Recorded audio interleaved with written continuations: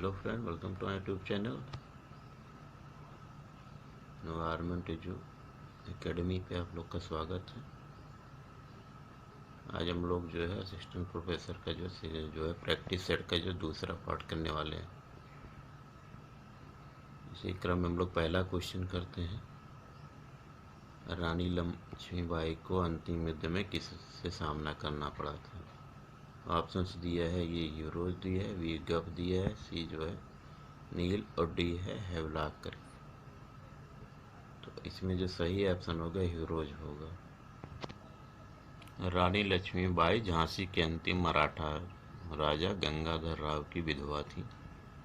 जब किसी उत्तराधिकारी के अभाव में राजा गंगाधर राव की मृत्यु हो गई तो डलहौजी ने व्यक्तिगत सिद्धांत जो है के अंतर्गत 1854 में झांसी का ब्रिटिश साम्राज्य में विलय कर लिया। झांसी में जून 1857 में रानी लक्ष्मीबाई के नेतृत्व में विद्रोह का श्री गणेश्वर झांसी के पतन के बाद रानी ग्वालियर की ओर प्रस्थान करके जहां हत्या टोपे के साथ अंग्रेजों को कई युद्धों में पराजित करने के बाद अंततः अंग्रेज जनरल हीरोज से लड़ते हुए ये जो है 17 जून 1858 को वीरगति को प्राप्त हुई। रानी की मृत्यु पर हीरोज ने कहा था, भारतीय विद्रोहियों में यहाँ सोई हुई औरत अकेली मर्द है। ठीक है, अब क्वेश्चन नंबर सेकंड देखते हैं। क्वेश्चन नंबर 2 है, इसमें जो स्वदेशी आंदोलन के प्रारंभ का तात्कालिक कारण क्या था? तो इसमें ऑप्शन ए दिया है, लॉर्ड कर्जन द्वारा किया गया बंगाल का विभाजन। बी है, लोकमान्य तिलक पर आरोपित 18 महीने के सख्त कारावास का दंडादेश। सी है, लाला लाजपत राय तथा अजीत सिंह की गिरफ्तारी व निर्वासन तथा पंजाब कोलोनाइजेशन बिल पास किया जाना। और डी है, चापेकर बंधुओं को मृत्युदंड की सजा सुनाया जाना। तो इसमें का सही ऑप्शन है, लॉर्ड कर्जन ने जो है बंगाल के विभाजन किया था। उसी के विरोध में जो है स्वदेशी आंदोलन किया गया था, मतलब कि विदेशी कपड़ों की हर चीज़ की सबकी जो है होली जलाई गई और जो है इसका विरोध हुआ था काफ़ी हद तक जो है, इसीलिए इसको जो स्वदेशी आंदोलन कहा गया। क्वेश्चन नंबर 3 है, पर्यावरण वन और जलवायु परिवर्तन मंत्रालय ने मोएफसीसी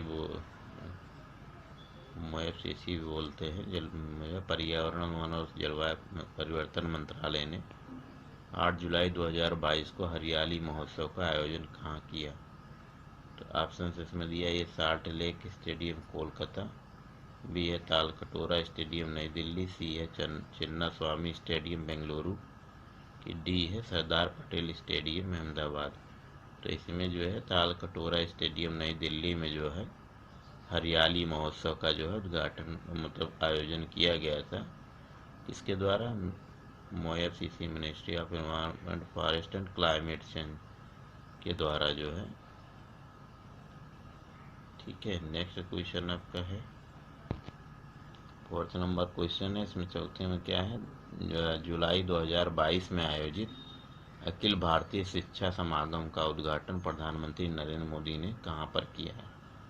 आंसर ऑप्शन से दिए हैं, ये नई दिल्ली, बी है अहमदाबाद, सी है लखनऊ, डी है वाराणसी। तो इसका जो सही आंसर होगा, शिक्षा मंत्रालय द्वारा जो है 7 से 9 जुलाई 2022 के मध्य जो है आयोजित अखिल भारतीय शिक्षा समागम का उद्घाटन जो है नरेंद्र मोदी उस समय बनारस में आए थे और यहीं पर उद्घाटन हुआ था इसका जो है। तो सही ऑप्शन डी वाला होगा, जो है वाराणसी उत्तर प्रदेश में किया गया था। उद्घाटन समारोह में उत्तर प्रदेश की राज्यपाल आनंदीबेन पटेल, मुख्यमंत्री योगी आदित्यनाथ तथा केंद्रीय शिक्षा मंत्री धर्मेंद्र प्रधान भी जो उपस्थित थे। ठीक है, अगला क्वेश्चन है क्वेश्चन नंबर 5, सतत विकास के लिए आवश्यक है। इसमें है ए, जैविक विविधता का संरक्षण, ठीक है, बी है प्रदूषण का निरोध एवं नियंत्रण, निर्धनता को घटाना, सी वाला है, डी में उपरोक्त सभी। इसमें जो ऑप्शन होंगे सभी हो जाएंगे, क्योंकि सस्टेनेबल डेवलपमेंट्स को बोलते हैं। सतत विकास के लिए हमें इन सारी चीज़ों की जो है आवश्यकताएं पड़ेंगी जो है, इसीलिए जो है। फिर नेक्स्ट क्वेश्चन है 6 वाला, ये क्योटो प्रोटोकॉल निम्न से संबंधित है। ए दिया है वायु प्रदूषण, बी है ग्रीन हाउस गैस, सी है जो है आपका जलवायु परिवर्तन और डी है जल प्रदूषण से। तो इसका जो सही आंसर होगा आपका, क्योंकि जो है क्योटो 1997 में हुआ था, जो है CO2 के कंसंट्रेशन को कम करने की बात कही थी, कार्बन डाइऑक्साइड जो कि क्या है जलवायु परिवर्तन में बहुत बड़ा जो है अहम रोल जो है इसका रहता है। एक्सप्लेनेशन देखते हैं थोड़ा इसका। क्योटो प्रोटोकॉल जलवायु परिवर्तन से संबंधित एक अंतर्राष्ट्रीय समझौता है जो UNFCCC United Nations framework convention on climate change इसका फुल फॉर्म याद रख लें, जो है से संबद्ध है। ये ग्रीन हाउस गैसों के निकास को कम करने से संबंधित है, न कि केवल ग्रीन हाउस गैस से, अतः विकल्प सी सही उत्तर है। नेक्स्ट क्वेश्चन है आपका क्वेश्चन नंबर 7, ब्लू कार्बन क्या होता है। ठीक है, तो इसमें जो है क्या है, ये दिया है महासागरों और तटीय पारिस्थितिक तंत्रों द्वारा परिगृहित कार्बन। बी है वन जैव मात्रा या बायोमास और कृषि में मृदा में प्रच्छादित कार्बन। सी दिया है पेट्रोलियम और प्राकृतिक गैस में अंतर्विष्ट कार्बन। डी है वायुमंडल में विद्यमान कार्बन। तो ब्लू कार्बन की बात कर रहे हैं, तो जो है ब्लू कार्बन मतलब क्या है, वाटर से रिलेटेड चीज़ें हो जाए। ब्लू मतलब एक्वास वाटर से होता है, वाटर का किस में हो जाएगा, तो इसमें वाटर मतलब क्या, महासागर और तटीय जो पारिस्थितिकी तंत्र हैं उनके द्वारा जो कार्बन जो मिलती है, उससे जो है उसी को जो है हम लोग कहते हैं जो है ब्लू कार्बन कहा जाता है। ठीक है, इसका एक्सप्लेनेशन देखते हैं आगे। इसका एक्सप्लेनेशन देख रहे हैं, महासागरों और तटीय पारिस्थितिक तंत्रों द्वारा परिगृहित कार्बन ब्लू कार्बन कहलाता है। इस क्षेत्र में पाए जाने वाले सीवीड, प्लैंकटन तथा मैंग्रोव आदि कार्बन परिग्रहण में महत्वपूर्ण भूमिका निभाते हैं। एक कार्बन सिंक का निर्माण करते हैं, अतः इन तटवर्ती परतंत्रों में कार्बन अवशोषण की क्षमता वनों से भी जो है अधिक होती है यहाँ पे। ठीक है, नेक्स्ट क्वेश्चन नंबर 8 करेंगे। क्वेश्चन नंबर 8 मिलान करने वाला है। सूची 1 को सूची 2 से सुमेलित कीजिए तथा सही उत्तर सूचियों के नीचे दिए गए कोड से जो है चुनिए। तो इसमें ABC और D दिया है, 1 दिए हैं और कहाँ मतलब मिलते हैं इस तरीके से जो है किस तरीके से जो है वो सब मिलाना है हमको जो हम लोग को। तो उस कटबंधीय वन दिया है, शंकु वृक्ष वन दिया है, कच्छ वनस्पति है, पतझड़ वन है, उधर आपका सुंदर वन है, हिमाचल प्रदेश दिया है, राजस्थान दिया है, साइलेंट वैली दिया है। तो इसमें जो है सब जो है कौन सा सही होगा, अगर मिलान करें तो उस कटबंधीय वन की बात करें तो आपका सबसे ज़्यादा जो किधर होगा ये, ठीक है, ये आपका होगा साइलेंट वैली जो है केरला साइड के रीजन में जो है। ठीक है, उसके बाद शंकु वृक्ष वन कहाँ होंगे, ये हिली एरिया में जो है आपके कोनिकल टाइप के होते हैं ना हिल पे, तो हिल वाला एरिया आपका कौन सा हो जाएगा, ये आपका तो इसमें आप देखें इस ओस कटबंधीय वन में आपका कौन सा साइलेंट वैली हो जाएगा। ठीक है, फिर सेकंड में आपका शंकु वृक्ष कोन वाले जो कोनिकल टाइप कोन टाइप के जो वृक्ष मिलेंगे, ये कहाँ मिलेंगे, आपका हिमाचल प्रदेश में मिलेंगे हिल एरिया पे। फिर आता है कच्छ वनस्पति जो है और पतझड़ वन जो है। कच्छ वनस्पति आपका मैंग्रोव्स की बात हो रहा है, तो इसमें सुंदरवन टाइप का जो है वनस्पति उधर मिलेगा। ठीक है, फिर आपका पतझड़ वन है, ये राजस्थान का हो जाएगा। तो अगर हम मिलाएं तो A का 4 हो गया, तो A के 4 में एक जो है D वाला ऑप्शन से बाकी के भी ऑप्शन आप इसमें मिला लें, तो आपका ये जो सही आंसर इसमें हो जाएगा क्वेश्चन नंबर 8 का जो है D वाला होगा। ठीक है, क्वेश्चन नंबर 9 से देखते हैं। इसमें सर्सन रीजन वाला है, कथन और कारण वाले हैं। तो 1 जो है नवीकरणीय संसाधन है। ठीक है, रिन्यूएबल रिसोर्सेज को बोलते हैं, इसको नया किया जा सकता है, फिर से जो है उगाया जा सकता है। दूसरा वो पर्यावरण की गुणवत्ता बढ़ाते हैं, सीधी सी बात है, 1 जो है पर्यावरण की गुणवत्ता बढ़ाएंगे जब CO2 का जनरेशन करेंगे। बहुत सारी जो है टॉक्सिक गैसों का जो है कंसनट्रेशन या एयर पोल्यूशन वगैरह को जो है थोड़ा सा कंट्रोल करेंगे। तो ये जो है दोनों इसके जो है ए तथा आर दोनों सही हैं तथा आर ए की सही व्याख्या है। पहले में दिया है ऑप्शन, दूसरे में दिया ए तथा आर दोनों सही परंतु आर ए की सही व्याख्या नहीं है। सी में दिया ये सही है परंतु आर गलत है। डी में ये गलत है परंतु आर सही है। तो ये रिन्यूएबल रिसोर्सेज हैं वो पर्यावरण की गुणवत्ता बढ़ाते हैं, दोनों अलग अलग तो सही हैं लेकिन ये एक दूसरे की सही एक्सप्लेनेशन नहीं करते हैं। इस वजह से हमें बी वाला ऑप्शन जो है इसमें सही होगा। ठीक है, ऑप्शन नंबर बी वाला इसमें ठीक है। नेक्स्ट क्वेश्चन हम लोग 10th वाला करें। क्वेश्चन नंबर 10 है, राग का टीला निम्नलिखित में से किस नवपाषाणिक स्थल से संबंधित है। तो ये दिया है बुधियाल, बी है संगन कल्लू, सी है कुलडेहवा, डी है ब्रह्मगिरी। तो इसमें जो सही ऑप्शन होगा कौन सा होगा? इसका जो सही है राइट आंसर होगा आपका संगन कल्लू होगा। ये जो कर्नाटक के में जो है बेल्लारी कर्नाटक है, कर्नाटक में जो है एक जगह पड़ती है आपकी जो है वहीं ये मिलता है। नया नौपाषाण कालीन है, संगन कल्लू करके है। उसको याद कैसे रखेंगे? ये राख होती है, राख काली होती है। ठीक है, जो काला जो है ठीक है, राख का टीला होता है काला होगा, काला मतलब कल्लू मतलब संगन कल्लू हो गया। ठीक है, इसे याद रखेंगे तो याद रहेगा, नहीं तो भूल जाएंगे। ठीक है, नवपाषाणिक काल में जल्दी में राख का टीला कहाँ मिला, तो टीला होगा कल्लू होगा। ठीक है, काला होगा, राख का इसलिए काला होगा, इसलिए संगन कल्लू हो गया। ठीक है। क्वेश्चन नंबर 11 है, निम्नलिखित में से कौन सा एक तारा पृथ्वी के सर्वाधिक निकट है या समीप है। ये है ध्रुव तारा, बी दिया अल्फा सेंटारी, सी है सूर्य, डी है लुब्धक। तो इसका जो सही आंसर होगा जो है आपका कौन सा होगा? इसमें सूर्य होगा। ठीक है, सी वाला होगा। सूर्य जो है सबसे निकट तारा है पृथ्वी के जो है। क्वेश्चन नंबर 12 में क्या है, निम्नलिखित युग्मों में से कौन सा सही सुमेलित नहीं है ये बताना है। ए दिया है मिदनापुर नहर दिया है, उसके आगे कंसावती नदी है, कसाई बोलते हैं। बी है तवा प्रोजेक्ट जो है कृष्णा नदी, और सी दिया है मेत्तूर डैम कावेरी नदी, और डी है उकाई प्रोजेक्ट तापी नदी।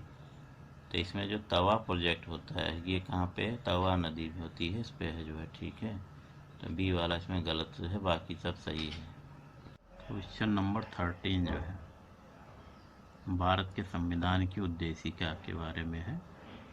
ए में है संविधान का भाग है किंतु कोई विधिक प्रभाव नहीं रखती है, बी है संविधान का भाग नहीं है और कोई विधिक प्रभाव भी नहीं रखती है, सी में संविधान का भाग है और वैसा ही विधिक प्रभाव रखती है जैसा कि उसका कोई अन्य भाग, डी है संविधान का भाग है किंतु उसके अन्य भागों से स्वतंत्र होकर उसका कोई विधिक प्रभाव नहीं है।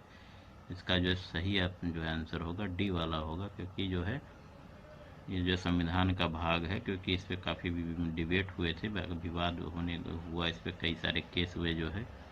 इसमें कहा गया जो है उद्देशिका जो है संविधान का भाग है, लेकिन ये मतलब कि अगर बात करें जो है अगर इसको जो अन्य भागों से अगर अलग कर दिया जाएगा तो कोई उसका मतलब नहीं, क्योंकि इसमें वो सारी चीज़ें वही लिखी गई हैं जो संविधान के अंदर हैं, उसी का जो है एक समरी टाइप का जो है बाहर उसमें जो है इसके जो अर्थ हैं उसके जो वर्ड हैं वो सब बाहर जो है उसमें लिखे हैं उद्देशिका में जो है। इसलिए हम इसको कह सकते हैं कि संविधान का भाग है किंतु उसके अन्य भागों से स्वतंत्र होकर उसका कोई जो है विधिक प्रभाव नहीं है।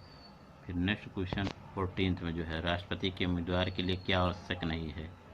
ए में दिया आयु 35 वर्ष हो, बी है पढ़ा लिखा हो, सी सांसद चुने जाने की योग्यता रखता हो, या देश का नागरिक हो। तो इसमें कौन सा सही आंसर? इसमें हम लोग जानते हैं कि इसमें जो है जब पढ़े लिखे होने की कोई विशेष योग्यता नहीं रखी गई है, चाहे वो आपके एमपी का हो चाहे एमएलए का चुनाव, उसमें भी ये सब सारी चीज़ें हैं, उसमें भी जो है योग्यता में जो है पढ़ा लिखा होना कोई आवश्यक नहीं होता है जो है। ठीक है, फिर 15 नंबर का भारत के मुख्य चुनाव आयुक्त को नियुक्त किया जाता है। ऑप्शन दिया है ये लोकसभा द्वारा, बी दिया है प्रधानमंत्री द्वारा, सी दिया है राष्ट्रपति द्वारा, डी है मुख्य न्यायाधीश द्वारा। तो इसमें जो सही आंसर कौन सा होगा? इसकी नियुक्ति कौन करता है? राष्ट्रपति करता है। ठीक है, क्वेश्चन नंबर 16 है, निम्न राज्यों में से कौन ट्यूबवेल सिंचाई के क्षेत्र में सर्वोच्च है। तो सबसे ज़्यादा ट्यूबवेल से सिंचाई कहाँ पे होती है ये आपको बताना है। इसमें ये है उत्तर प्रदेश, बी बिहार है, सी है पंजाब और डी हरियाणा। तो इसमें जो सही आंसर है उत्तर प्रदेश में। उत्तर प्रदेश में जो है सबसे ज़्यादा सिंचाई जो है ट्यूबवेल से होती है।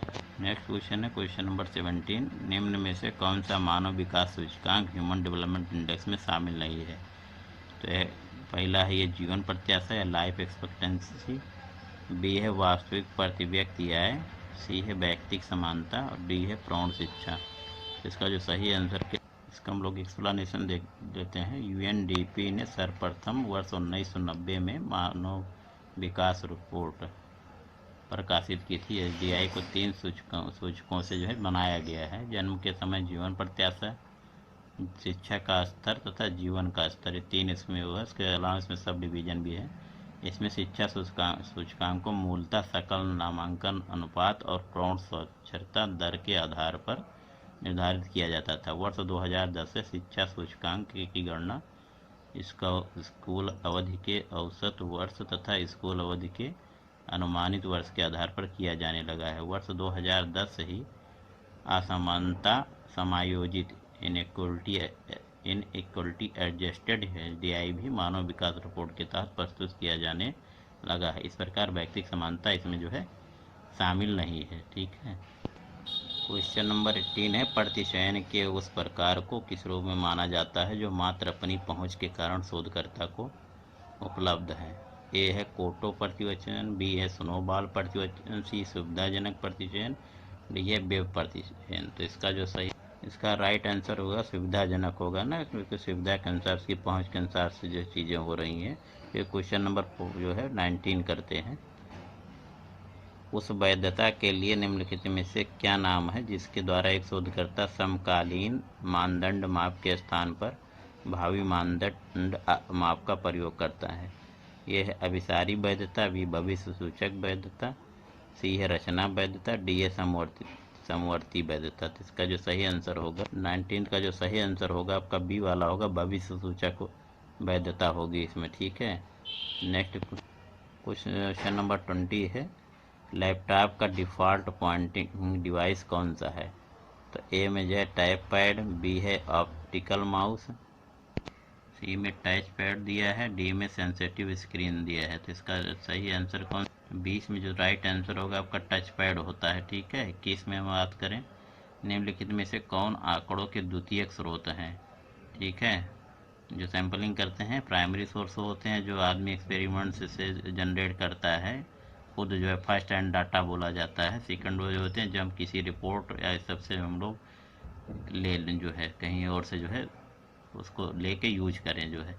तो इसमें जो है द्वितीयक स्रोत कौन से हैं, इसमें ए लिखा है अभिलेखी आंकड़े, बी में दिया है प्रतिभागियों की डायरी और सी में राष्ट्रीय प्रतिदर्श सर्वेक्षण संगठन के आंकड़े और डी है मौखिक वृत्तांत जो है। तो इसमें जो सही आंसर कौन सा होगा, इसमें जो सही आंसर कौन सा होगा, जो आपका एनएसएस जो है संगठन के आंकड़े अगर हम जो है यूज करें तो जो है वो कौन सा होगा, वो आपका जो है सेकेंडरी हो जाएगा। ठीक है। द्वितीयक स्रोत हो जाएगा जो है, क्योंकि हम उससे ले रहे हैं। जो अगर वो लोग अपने यूज के लिए कर रहे हैं तो प्राइमरी होगा, अगर उससे हम ले के कोई दूसरा अगर सेकंड बंदा कोई यूज कर रहा है डाटा को तो वो आपका द्वितीयक स्रोत हो जाता है। ठीक है। इसे है निम्नलिखित में से फलांकित त्रुटि कौन सी है। इसमें स्थान त्रुटि या बी है स्थिर या अचर त्रुटि, सी है प्रत्युत्तर की त्रुटि, डी है प्रत्याशा त्रुटि। तो इसमें 22 का जो राइट आंसर होगा सी होगा, प्रत्युत्तर की त्रुटि जो है फलांक की त्रुटि जो है होती है। फिर ठीक है। फिर नेक्स्ट है आपका 23 नंबर का क्वेश्चन है आपका, भारतीय सुपर कंप्यूटर का जनक कौन कहलाता है जो है। आंसर दिया है आपका ऑप्शन दिए हैं, ये रघुनाथ माशेलकर दिया है, बी विजय भाटकर है, सी जो है जयंत नीलंकर है और डी है नंदन नीलकेड़ी। तो इसके जो सही आंसर कौन से होंगे, इसके में जो है विजय पांडुरंग भाटकर हैं जो है। 23 का जो है हम लोग देखते हैं एक्सप्लेनेशन। तो इसमें क्या है, विजय पांडुरंग भाटकर को भारतीय सुपर कंप्यूटर का जनक जो है इन्वेंटर कहा जाता है। उन्होंने वर्ष 1991 में भारत के पहले सुपर कंप्यूटर परम 8000 के विकास में जो है महत्वपूर्ण योगदान दिया था। ये पूछा जाए कि भारत का पहला सुपर कंप्यूटर था कौन सा था, तो परम जो है 8000 करके था, जो है 1991 में इसका जो है विकास हुआ था। फिर नेक्स्ट 24 नंबर क्वेश्चन में CPU के ALU में डैश डैश होते हैं। तो CPU क्या होता है, सेंट्रल प्रोसेसिंग यूनिट होता है। ALU क्या होता है, उसके अंदर जो है अर्थमेटिक और लॉजिक यूनिट होती है जो कैलकुलेशंस का काम करते हैं। CPU के अंदर में एक यूनिट होती है, इसका काम कंट्रोल जो है कैलकुलेशंस का होता है। तो इसमें जो है ये दिया है रैम स्पेस दिया है, B रजिस्टर दिया है, C जो है बाइट स्पेस दिया है, D सेकेंडरी स्टोरेज स्पेस। तो इसका जो सही आंसर होगा जो है आपका रजिस्टर होता है जो है, ठीक है। इसमें जो है रजिस्टर ALU में क्या होते हैं, रजिस्टर होते हैं जिसमें स्टोर होता है जो है प्रोसेसिंग के बाद ही जो है। फिर हम आपका बात करें क्वेश्चन नंबर 25 जो है, इसमें जो है कौन सा होगा 25 में, किसी डॉक्यूमेंट में इंजर्ट हाइपरलिंक डायलॉग बॉक्स को प्रदर्शित करने के लिए शॉर्टकट की मतलब क्या है, जो है शॉर्टकट बटन जो है क्या यूज करेंगे जो किससे जो है इंजर्ट हाइपरलिंक का डायलॉग बॉक्स खुल जाएगा। उसमें ऑप्शन दिए हैं ये Ctrl+H, B दिया है Ctrl+L, C दिया है Ctrl+K और D इनमें से कोई नहीं। तो सही इसका राइट आंसर कौन सा होगा, 25 का जो है राइट आंसर C वाला होता है। Ctrl+K करेंगे तो इंजर्ट जो है हाइपर लिंक क्या होता था, हाइपर लिंक में जब एक साथ 2-3 फाइल को मर्ज करनी होती है, जोड़नी होती है एक साथ जो है, तो उसको हाइपर लिंक का जो है वो करते हैं जो है मेल वगैरह करने के में फाइल को जो है साथ में ज्वाइन करके अगर भेजना हो तो हाइपर लिंक किया जाता था, ठीक है। नेक्स्ट 26 का कुछ करते हैं क्वेश्चन नंबर 26 नंबर का है, मार्च 2022 में बिमस्टेक शिखर सम्मेलन की मेजबानी किस देश ने की है। तो इसमें ऑप्शन दिए हैं ये श्रीलंका, B दिया है भारत, C है नेपाल और D में जो है भूटान दिया है। तो इसका राइट आंसर कौन सा होगा, आंसर होगा ए होगा, श्रीलंका ने जो है बिमस्टेक जो है शिखर सम्मेलन होता है इसकी जो है मेजबानी की थी, ठीक है। फिर आपका 27 नंबर का क्वेश्चन जो है, मार्च 2022 में हंगरी गणराज्य की पहली महिला राष्ट्रपति के रूप में किसे चुना गया है। आंसर ऑप्शन दिए हैं कैटलिन नोवाक को, B दिया है तिनाया नोवाक, C है नेटालिन नोवाक, D है सिनाया नोवाक। तो इसका जो आंसर होगा राइट आंसर कौन सा होगा, 27 में जो है कैटलिन नोवाक हैं, ये जो है हंगरी गणराज्य की पहली महिला राष्ट्रपति के रूप में चुनी गई है। इम्पॉर्टेंट है, पूछा जा सकता है जो है एग्जाम्स में। नेक्स्ट क्वेश्चन है 28 नंबर का, EDAR पोर्टल किस मंत्रालय द्वारा विकसित किया गया है। तो इसमें ऑप्शन दिया ये रक्षा मंत्रालय, B दिया सड़क परिवहन राजमार्ग मंत्रालय, C वित्त मंत्रालय और D गृह मंत्रालय। तो इसका सही आंसर कौन सा होगा 28 का, इसका EDAR का फुल फॉर्म क्या होता है, जो है आपका डिटेल एक्सीडेंटल रिपोर्ट करके होता है, ठीक है। इलेक्ट्रॉनिक्स पोर्टल है इसीलिए EDAR करके है। तो डिटेल एक्सीडेंट रिपोर्ट, तो ये किसका हो जाएगा आपका ये आंसर में ऑप्शन में कौन कौन से दिए हैं, आपका ये दिया रक्षा मंत्रालय, B सड़क परिवहन और राजमार्ग मंत्रालय दिया है, C वित्त मंत्रालय, D गृह मंत्रालय। तो ये आपका जो है एक्सीडेंट से रिलेटेड है, जो सड़क परिवहन और राजमार्ग मंत्रालय से रिलेटेड है जो है आपका जो है ये आपका B वाला आंसर सही होगा, ठीक है। कि डिटेल एक्सीडेंट रिपोर्ट करके है वो जो है, इसीलिए जो है आपका B सड़क परिवहन और राजमार्ग मंत्रालय से रिलेटेड है। फिर 29 नंबर का है, प्रतिचयन के उस प्रकार को किस रूप में जाना जाता है जो मात्र अपनी पहुंच के कारण शोधकर्ता को उपलब्ध है। ये तो अभी हम लोग पीछे पढ़े थे, रिपीट हो गया है क्वेश्चन जो है, इसमें सुविधाजनक वाला था, ठीक है। क्वेश्चन नंबर 30 है, उस वैधता के लिए निम्नलिखित में से क्या नाम है जिसके द्वारा एक शोधकर्ता समकालीन मानदंड माप के स्थान पर भावी मानदंड माप का प्रयोग करता है। तो अभी इसको अभी हम लोग पीछे रिपीट हुआ क्वेश्चन है जो है, इसमें जो है भविष्य सूचक वैधता होता था। तो इस क्लास में इसमें जो है इतना ही, नेक्स्ट हम लोग जो है कल अगले जो है प्रैक्टिस सेट 3 करेंगे, थर्ड जो है। कृपया आप लोग इसमें देखते रहिए और उन्हीं लोगों को जो जोड़ते रहिए, जो है लोगों को बताइए चैनल के बारे में कि GK GS का पोर्शन जो 30 क्वेश्चन आते हैं 100 में से हायर एग्जाम में जो है, जिसमें से कि 30 क्वेश्चन बहुत ही क्रूशियल हैं। अगर सही से देखा जाए थोड़ा बहुत भी अगर आप अच्छे से पढ़ लेते हैं इसको, तो जो है कम से कम 30 में 24-25 क्वेश्चन तक उसके सही हो जाएंगे। तो सब्जेक्ट से आप जो है 70 में से अगर जो है 42-45 भी ले आएंगे तो आपके सिलेक्शन होने के चांस बढ़ जाएंगे जो इंटरव्यू के लिए। तो please like share and subscribe. धन्यवाद।